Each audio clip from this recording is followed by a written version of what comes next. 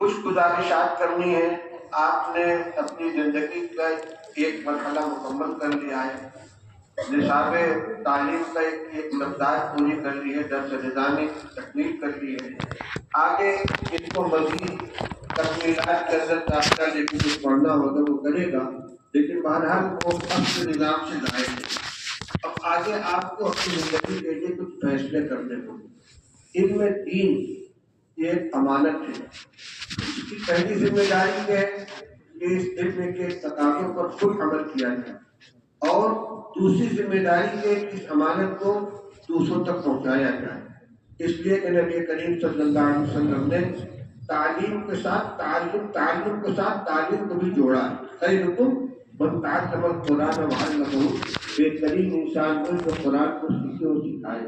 اسی طرح سے ہمیں بلغوا عنی ولو آیا، میری طرف سے 3 لوگوں تک پہنچاؤ چاہے ایک آیتی کیوں نہ ہو. اسی طرح کیا باتیں کون سا ہے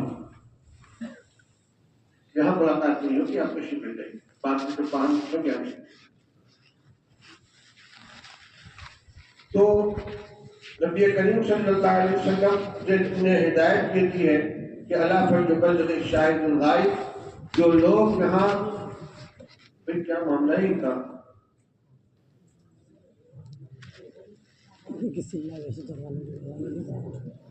بیٹھ جائیے تو فارغ ہو کر ملیا، پورا مجمع خراب کر رکھا ہے آپ. 20 نفر بولیے بیٹھے رہیے.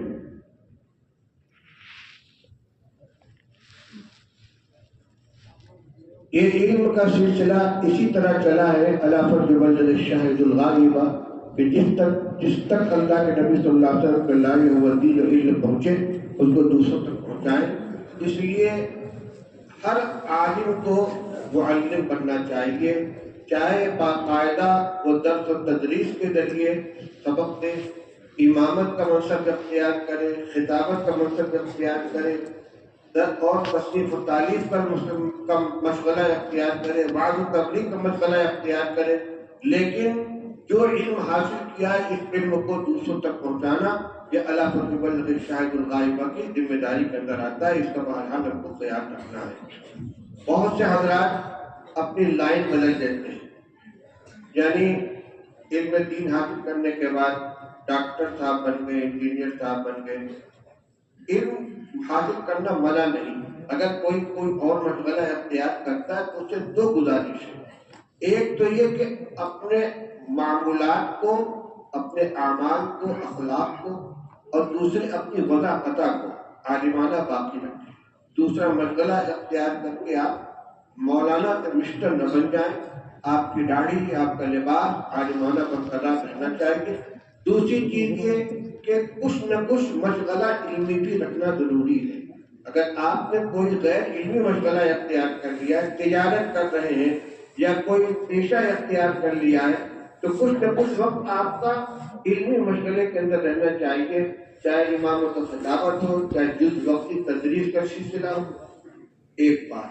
دوسری بات، آج کے زمانے میں ایمان کے اوپر خطرات بہت زیادہ منڈرا رہے ہیں، فتنے پھیل رہے ہیں 2 طرح سے. ایک تو شکیلیت، گوہر شاہی، قادیانیت کے نام پر ایمان پہ ڈاکہ ڈالنے والی جماعتیں باقاعدہ کوششیں کر رہی ہیں. بڑی تعداد میں لوگ اس فتنوں کا شکار ہو رہے ہیں. قادیانیت تو پرانا فتنہ ہو گیا، لیکن گوہر شاہی فتنہ اور شکیل بن حنیف کا فتنہ پنپ رہا ہے برابر دیہاتوں کے اندر، اور بلکہ شہروں میں بھی، کالج یونیورسٹی کے اندر بھی، اور گھروں میں عورتیں تک اس سے متاثر ہو رہی ہیں. تو آپ حضرات کو ان فتنوں کا مقابلہ کرنے کے لیے اپنے آپ کو تیار کرنا چاہیے. دوسری چیز یہ کہ مکتب کی تعلیم کو آپ اپنا مشن بنا دیں.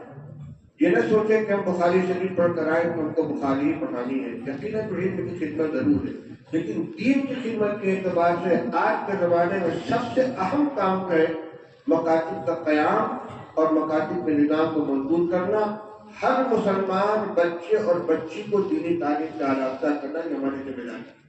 اس لیے اگر اللہ تعالیٰ توفیق عطا فرمائے تو آپ اپنے علاقے میں جا کر جائزہ لیں کتنی بستی کے اندر بچے ہیں، کتنی بچیاں ہیں، کتنے مکاتب ہیں.